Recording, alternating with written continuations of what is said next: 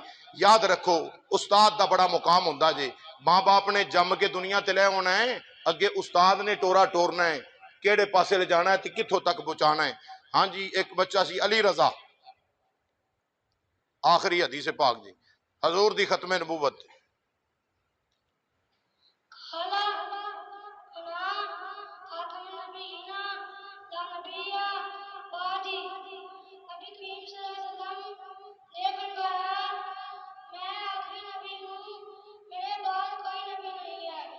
شاباش شاباش، تاجدار ختم نبوت،